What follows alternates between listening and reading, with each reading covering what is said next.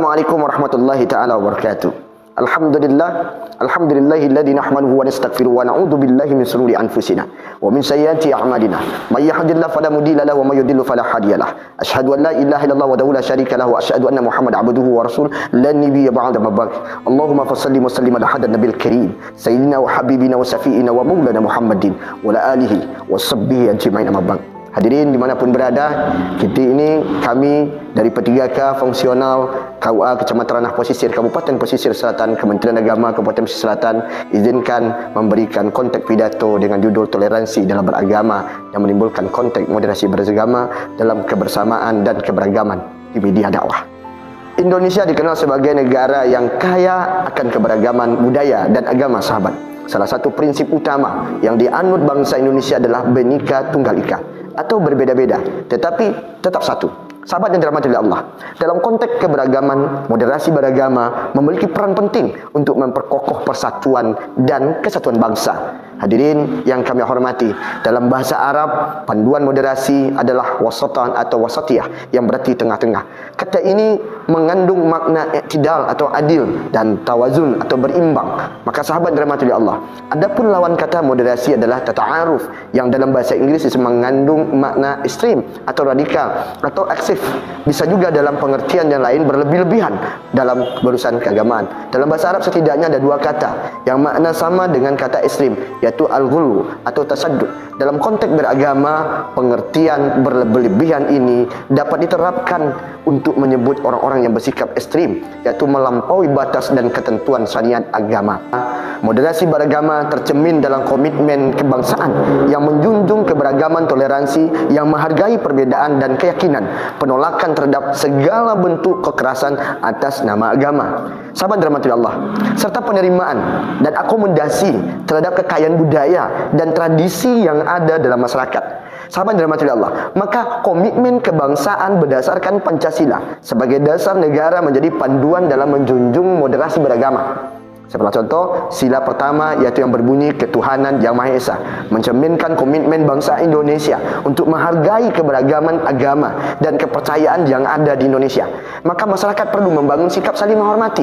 Masyarakat perlu membangun sikap saling menghargai dengan keyakinan orang lain sehingga tidak ada pihak yang merasa dianaktirikan atau dikesampingkan. Sahabat yang dirahmati oleh Allah, mempertahankan kesatuan hidup bersama di antara wujud kebebasan beragama itu adalah beribadat menurut agama masing-masing.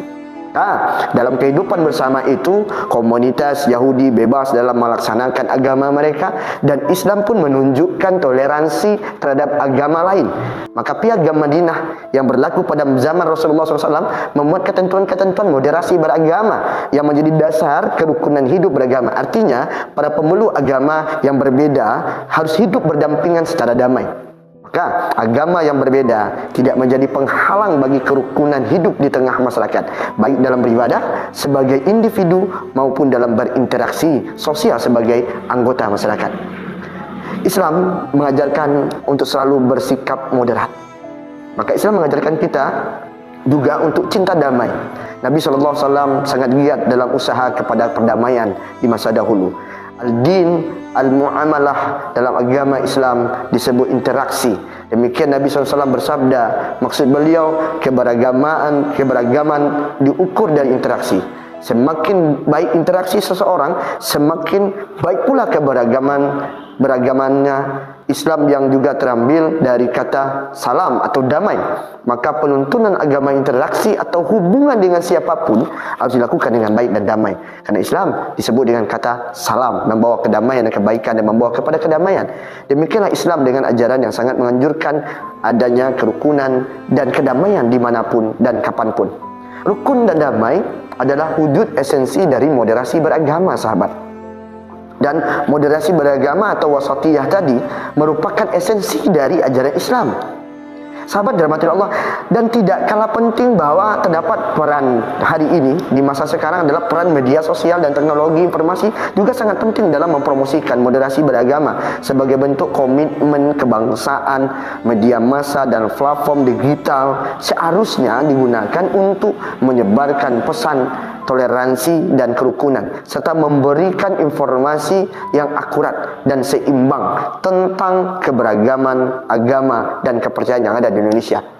Dengan demikian, masyarakat akan lebih edukasi, memiliki pemahaman yang lebih baik mengenai pentingnya moderasi beragama dalam kehidupan bermasyarakat.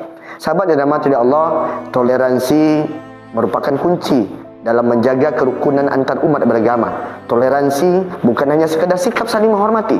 Toleransi bukan hanya sekadar sikap saling menghormati, tapi juga saling membantu dan bekerja sama untuk menciptakan suasana damai dan harmonis. Tidak ada agama, sahabat, yang mengajarkan kebencian. Tidak ada agama yang mengajarkan kekerasan.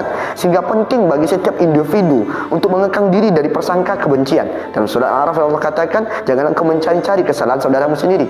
Maka toleransi dalam konteks moderasi beragama mencakup kemampuan untuk menghargai perbedaan keyakinan dan agama orang lain, serta sahabat memberi mereka kebebasan untuk mengekspresikan keyakinan mereka tanpa rasa takut dan tekanan.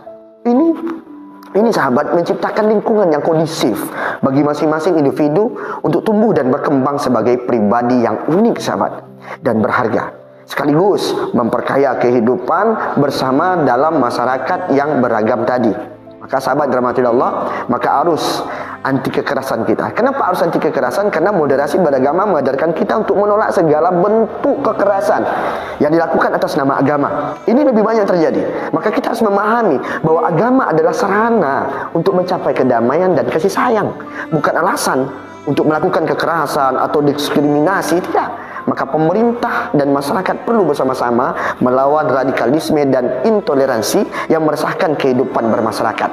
Sahabat yang dirahmati Allah, dalam upaya menghindari kekerasan atas nama agama, moderasi beragama mengedepankan dialog dan komunikasi yang efektif antar berbagai kelompok masyarakat. Melalui interaksi yang sehat dan konstruktif, kita dapat menciptakan nanti pemahaman yang lebih baik tentang keberagaman agama dan keyakinan di Indonesia, serta mengatasi kesalahpahaman yang seringkali menjadi akar permasalahan. Dialog antar umat beragama juga menjadi sarana untuk menemukan solusi terhadap konflik yang mungkin timbul karena perbedaan agama itu sendiri. Maka sahabat, pendidikan juga menjadi instrumen penting dalam penerapan moderasi beragama yang anti kekerasan. Maka pendidikan yang inklusif mengajarkan nilai-nilai toleransi serta keberagaman sejak dini dapat membentuk karakter individu yang cinta damai, yang menghargai perbedaan. Maka ini adalah hal yang perlu kita lakukan. Media massa dan teknologi informasi juga memiliki peran penting dalam penerapan moderasi beragama yang anti kekerasan. Media massa perlu menyajikan informasi yang akurat dan seimbang tentang isu-isu keagamaan, serta menghindari pemberitaan yang cenderung memprovokasi dan memicu konflik di antar agama. Di sisi lain, penggunaan media sosial dan platform digital harus digunakan dengan bijaksana dan bertanggung jawab, serta menghindari penyebaran ujaran kebencian, penyebaran diskriminasi yang dapat memicu kekerasan. Sahabat yang dirahmati Allah, keterlibatan pemerintah, tokoh agama, tokoh adat, tokoh masyarakat, tokoh muda dalam mempromosikan penerimaan terhadap tradisi dan budaya juga sangat penting. Mereka dapat berperan sebagai mediator dan fasilitator dalam dialog antar umat beragama, dialog antar budaya, serta membantu menciptakan kesepakatan bersama tentang bagaimana mengakomodasi dan menjaga keberagaman tradisi budaya dalam kehidupan bermasyarakat. Sahabat yang dirahmati Allah, dengan hal itulah kita harus menunjung tinggi konteks toleransi beragama dengan moderasi beragama. Bukan berarti memodernkan agama kita, karena ini banyak yang salah. Tapi moderasi beragama adalah tujuannya bagaimana diantara kita, kata Allah, la ikraha fiddin, jangan memaksa orang lain untuk masuk ke agama kita, tetapi menghargai agama orang lain, saling memahami agama orang lain, memicu pemikiran kita lebih baik untuk saling mencintai dan memahami. Karena Allah katakan Al-Quran, Allah sampaikan Al-Quran juga, bahwa kata Allah Subhanahu wa Ta'ala di dalam Al-Quran, aku ciptakan kalian itu berbeda-beda bentuk, beda suku, bangsa untuk saling menghargai dan mengenal. Ini adalah konsep toleransi dan moderasi beragama. Rasulullah SAW juga mengajarkan dalam Piagam Madinah bahwasanya bagaimana Rasulullah menegaskan tentang kehidupan keberdamaian di antara non-muslim. Semoga hal yang singkat ini bisa bermanfaat bagi kita semuanya dengan apa yang kami sampaikan. Allahumma fi ilaikum wa Assalamualaikum warahmatullahi wabarakatuh.